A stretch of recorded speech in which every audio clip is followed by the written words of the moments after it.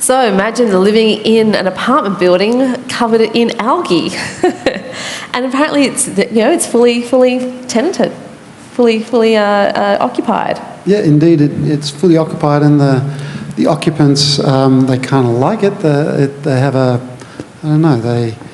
they communicate with it, or it talks to them. Maybe it's a bit like a lava lamp or something. I don't know. You kind of like that.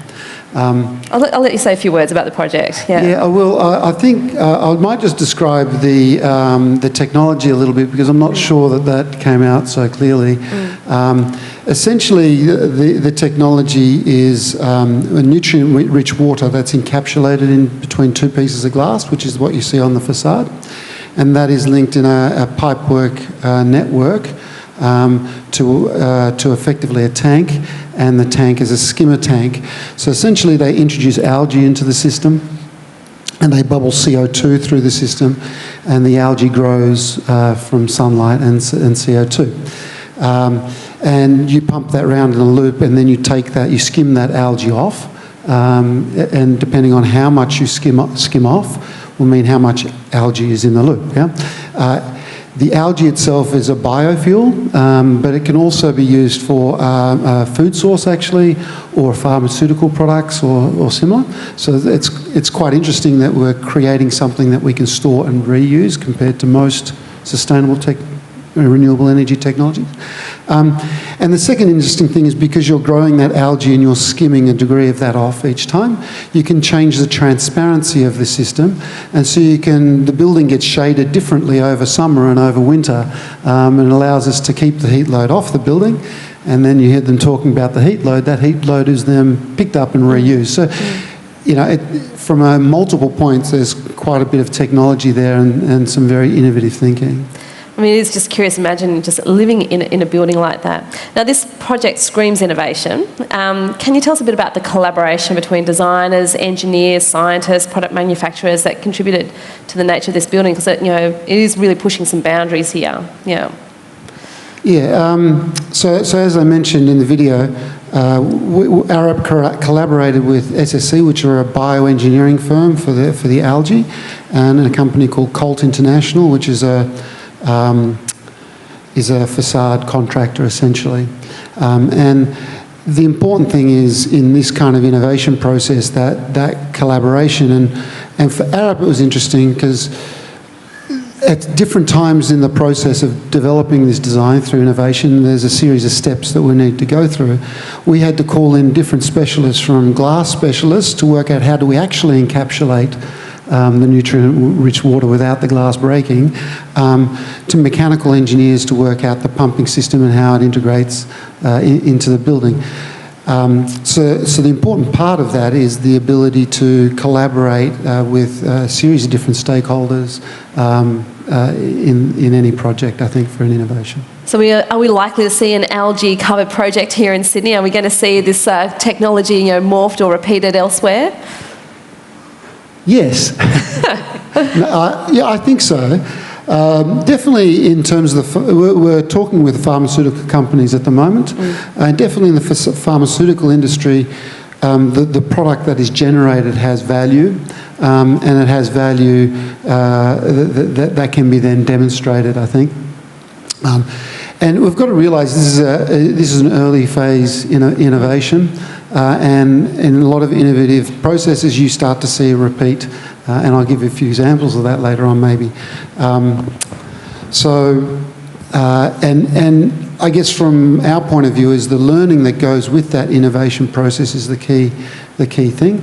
So for example, on One Central Park, we use fairly similar technology there of a hydraulic pumping system to keep those plants alive, and that's a much later stage innovation. Arup worked on several projects in Europe on those kind of green wall systems, and we were able to then take that knowledge here to Australia, and that is also a biophilic facade. So Yes, you'll see it in different guises, and definitely you'll see some of the technology that has been brought to bear here used on other projects. Yeah, it's interesting. I mean, 20 years ago, if people had said that you're going to see green walls like we do today, you would have said, what? And now it's, you know, it's quite common. We see them, you know, regularly here in Sydney and elsewhere. Now, how would you describe a truly innovative process? Because, you know, there is that, you know, need to kind of test and fail and to learn from those failings. You know, were there aspects of the BIQ project that didn't quite work? Or are there aspects of this project that are difficult or expensive to maintain? But, you know, what are the lessons learnt from testing and trialling new ideas in a project like this? Yeah, so this particular project, it's like any innovative process when you bring it to market. There's a series of gateways that you go through, and you test those gateways. And when you test those gateways, you often fail for certain things. You need to solve those problems. In this particular case, we built 3 different prototypes prior to this final prototype coming on to this particular building. And in each of those prototypes, we discovered a few extra things, some really nice things. We found, for example, that by squeezing the glass up closer together, we could actually get the CO2 bubbles that you saw bubbling up that facade to scrub the glass clean, so it kept the glass clean permanently over the height. We also discovered ways of introducing it in such a way that it didn't make quite the same noise as the original design. So in any innovative process, you need to test, trial, prototype, fail sometimes and find solutions to. And we do that all the time, from big projects to small projects.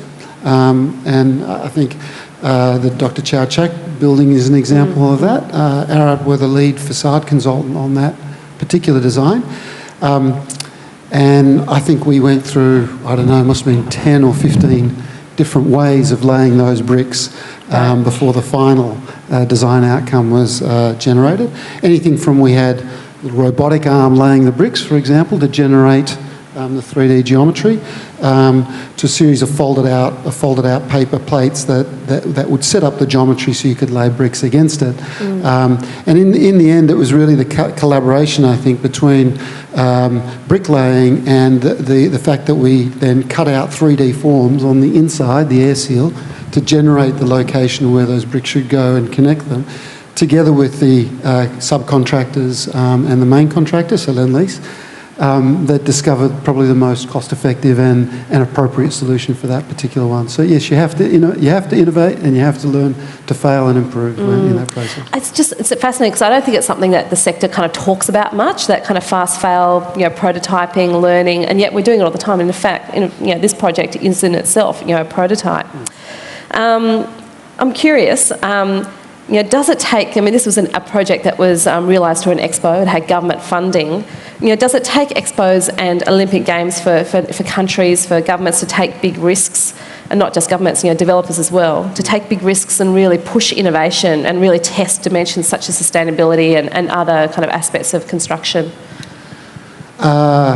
I think so. I think we have to find the environment to innovate, especially if Arup, we're quite focused in that, mainly because those technologies then become commonplace technologies in the future. So PVs, for example, were once innovative, and now they're commonplace.